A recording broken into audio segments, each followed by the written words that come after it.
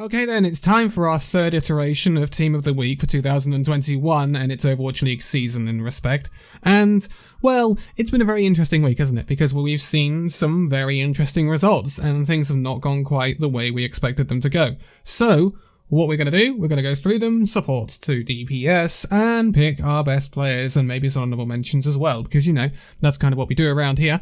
So, first of all, main support. Main support is actually a tough one. I'm actually weighing up between two people. There's Lee Gone in here, right? He's had a really good week for the Shanghai Dragons. Shanghai Dragons got a surprise victory over the Philadelphia Fusion. Very close one, 6-mapper. Really, really interesting. And then we also have him doing very well in the other matches as well. But I'm going to give this to Slime of the Florida Mayhem, simply because Florida Mayhem reached a level we have not seen this season. And we've not seen perhaps in any season from the Florida Mayhem, apart from perhaps, you know, back in the May Melee of last year. And Slime adds so much to this team that they have not had before. A stable main support player. One that, yeah, is not necessarily flashy to a massive extent and hasn't been massively flashy this weekend. However, he has been very good and has contributed very well to finishing off kills and stuff like that, which has been massive for the Mayhem in their charge towards the main melee in Hawaii. So I think Slime really deserves a place on this team, but obviously you've got Lee Gone with the honourable mention because Lee Gone is playing fantastically at the moment for the Shanghai Dragons. Let's move on to our flex support then. Our flex support, it's really difficult again between two people. This time it's Izayaki and Fielder.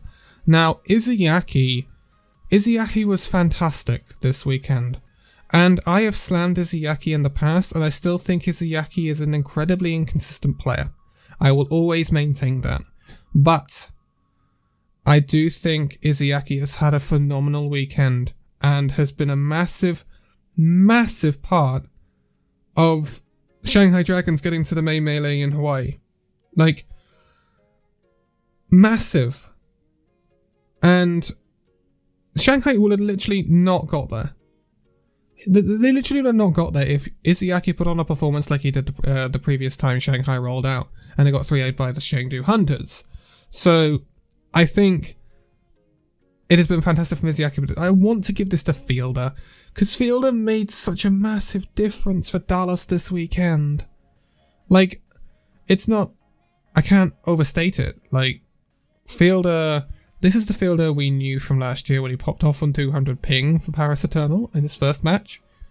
This is the Fielder that is showing his potential, and this is the Fielder that is just enabling Fearless to do so much. And like, Fearless is fantastic, right? He's a fantastic main tank, but he can't do anything without fantastic supports to back him up.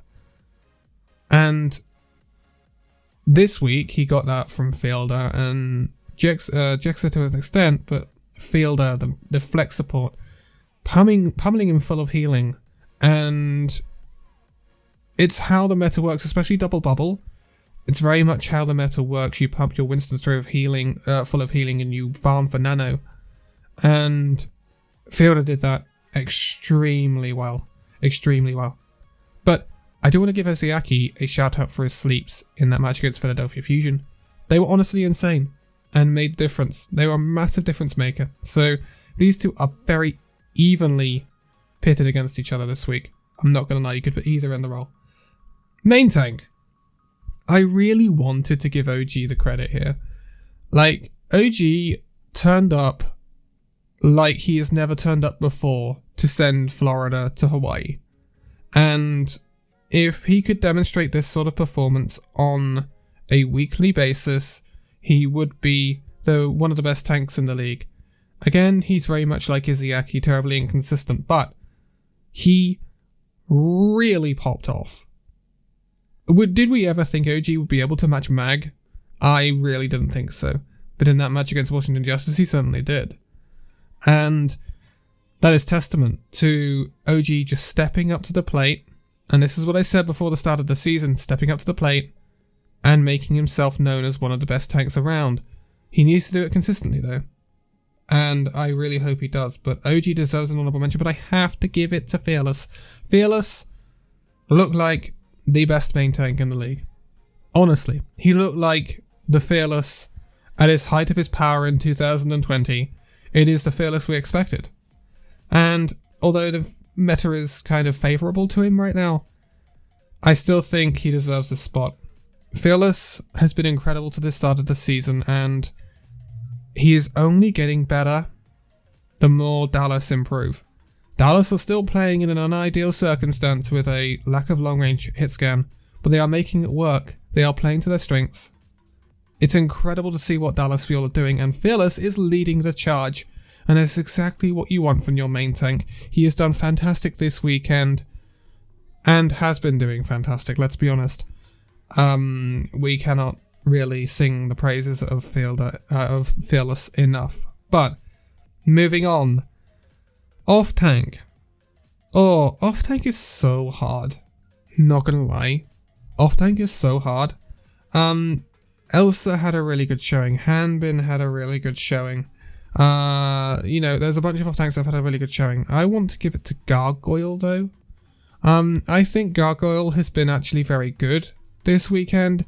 More of an unsung hero for the Florida Mayhem, because, we've seen OG popping off, we've seen BQB popping off, and Yaki popping off, even Gangnam Jin, and Slide to an extent, but Gargoyle, he does so well. Gargoyle is so consistent and so good. He was partnered with a main tank that didn't.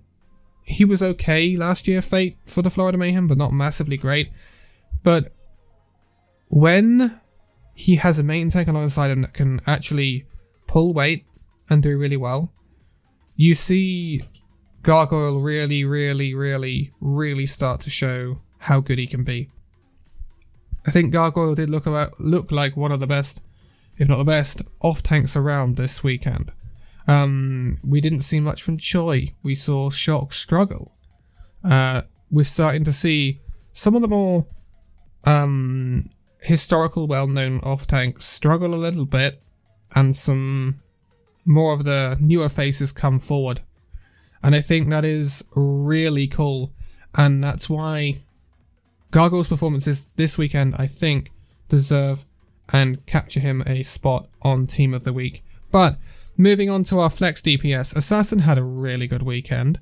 Nice had a good weekend, and then it kind of fell off because it was really rough for Nice against Florida, let's be honest, but in the actual regular fixtures he was okay.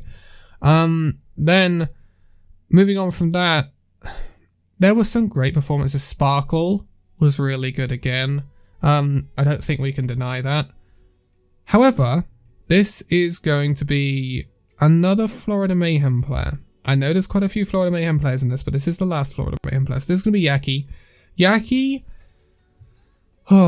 we haven't seen Yaki have a 2020 performance yet until now. This is where Yaki activated that potential where if the Florida Mayhem needed a carry in a fight, Yaki was there to perform that duty. And that is exactly what you want to see from a DPS. Sometimes they have to pop off. Sometimes you have to say, yeah, my DPS is going to get these 2-3 picks that is going to change your fight. And Yaki was there to do it for the Florida Mayhem this weekend. Something that we have not seen in previous weekends. It's been more of a all-round clutch performance from Florida Mayhem this weekend, rather than an all-round consistent performance of last weekends and weekends before. This is the Florida Mayhem we saw in the May Melee last year. And, in fact, it's better than the Florida Mayhem we saw in the May Melee last year. They will obviously need to continue this when they move over to Hawaii to go and play the APAC teams or the East teams. And I think they can do. But Yaki was, again, he was returning to that form, and that's what you really want to see. He was incredibly clutch, and that's just Yaki, right? And that's what we want to see from him.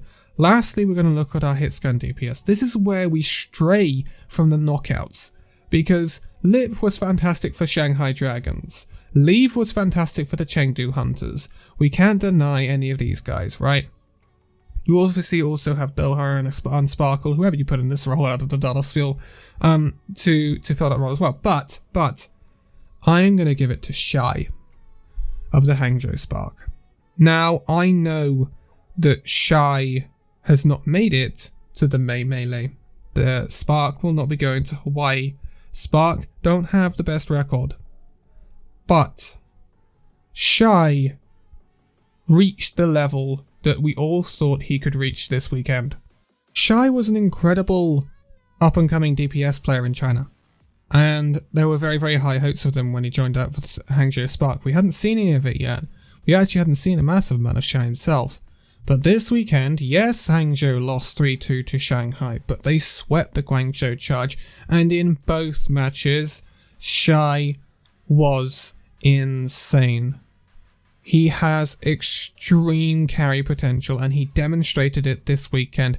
It was quite incredible what Shy was doing on the Ashe at times, and I really think that this could be a watershed moment for Shy and Hangzhou Spark, where Shy becomes an insanely good carry potential DPS player for Hangzhou, and in that light, I think he deserves it more than anyone else in the hit scan DPS role for this week. Even though we have seen incredible DPS performances from the likes of Lip and Carpe, people like that during the knockouts and stuff like that, Shy just impressed me no end with how he could drag Hangzhou Spark through fights. It was very Carpe-esque at times. How he could drag and turn fights around, just himself basically, getting insane picks. His comfort may be the Ashe, but going into the June Joust, which is the next time we will see Hangzhou Spark, I think Shy is a DPS player to be feared, and Hangzhou Spark are a team to take very seriously, because they have shown the glimpse of greatness that Shy has, and that's why that glimpse of greatness allows Shy to make his way onto this Team of the Week for Week 3. It is a very Mayhem congested Team of the Week, and I know you Dallas Fuel fans may be like, hold on a second, any Dallas Fuel player could have made it onto this list. I cannot express that enough. Jexa, Fielder, Fearless, Hanbin, Doha, and Sparkle have done phenomenally this weekend and are all honourable mentions for this Team of the Week, along with the entirety of the Florida Mayhem as well. Gangnam Jin has been fantastic alongside his teammates as well, BQB as well. I think, did BQB get a Player of the Match award? I think he might have in one of the matches earlier this weekend. It has been a magnificent weekend of play. I don't think anyone can deny that. Next week we'll have a Team of the Week for the Hawaii playoffs. It's a double elimination bracket, so we will see quite a bit of Overwatch. It will be quite isolated to certain teams, obviously. There's only 4 teams there, so there won't be too much to choose from. So it may be a quite one-sided Team of the Week, but we will do it nonetheless. And then, going into the next tournament, we will have a hero pool. So we will have meta previews and things to do ahead of that. And I would like to do some new power rankings, because a lot has changed in just over a month. But I'm going to leave it here for this one. All of the socials are linked in the video description for Illusion Gaming and myself. Please give the Twitters, etc. a follow. But for now, thank you guys so much for this video. If you'd like to give a like, subscribe if you're new, and I'll see you in the next video. See you then.